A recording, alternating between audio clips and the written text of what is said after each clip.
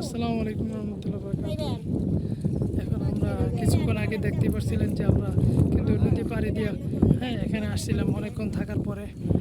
সূর্যটা কিন্তু একবারে খুব কাছের থেকে যদি একটা ভিউ দিই খুব সুন্দর দেখা যায়। অস্তে যাওয়ার গরুবে আফতাব, সূর্য একবার ডুবার সময় হয়ে গেছে। সো আর এদিকে দেখতে পাচ্ছেন ওই পাশটা খুবই সুন্দর, আর এদিকে যে দিকটা দেখতে পাচ্ছেন সেটাও কিন্তু অনেক সুন্দর দেখা যায়। আর আমরা যেখানে গেছিলাম সেটি হলো এদিকে কিন্তু আমরা অনেক দূর পর্যন্ত গেছিলাম হাঁটতে হাঁটতে, যদিও সেটা ক্লিপ করা হয়নি। আচ্ছা ভাই, এই নদীতে নাকি প্রতি বছরই একজন করে লোক নেয়, এটা কি?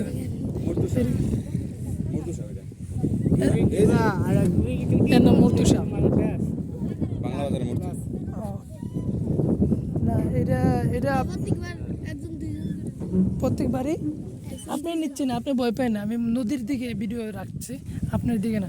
এটা আমার একটু জানার বিষয় হলো যে প্রত্যেক বছরই একজন কইরা এই যে হ্যাঁ তিনজন মানুষ নিছে এই নদী, এই যে নদীটা তিনজন মানুষ নিছে শিওর?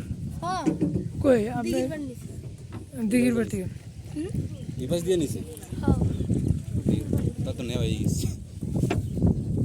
তিনজন নিছে। আল্লাহ আল্লাহ আকবার। আরে এটা কেন নেয় বা কে নেয় এটা কি আপনি জানেন?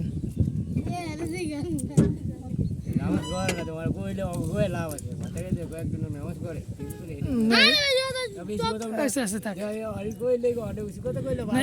মানে এই নদী না না না ঠিক আছে না, মানে বলতেছি এই নদী মানে মানুষ যে নেয় বা কেন নিচ্ছে এর কারণ কি, মানে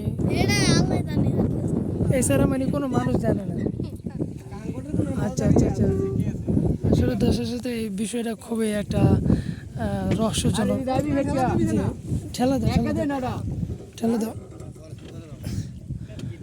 জিনিসটা শুনে খুব খারাপ লাগে যে একটা ছোট নদীর মধ্যে কিন্তু প্রতি বছরই নাকি এক দুইজন মানুষ করে নিয়ে যায়, আর এটা কিন্তু মানুষ নেয়।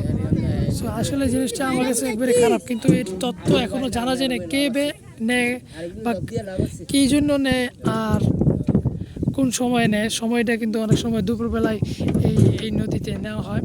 প্রতি বছরই কিন্তু একটা করে মানুষ বা দুইজন করে মানুষ নেওয়া হয়। তো এই বছর নাকি শুনলাম যতটুকু তথ্য পাওয়া যায় তিনজন নাকি নেওয়া হয়েছে, তাও আবার দিঘির পাড়ে ওদিক থেকেই। ধরেন টান দেন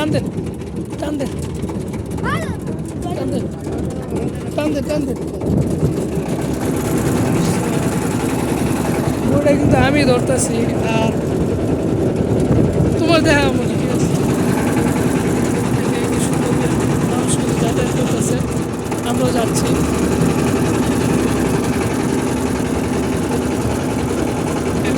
ওই পাশ দিয়ে বেরোবো।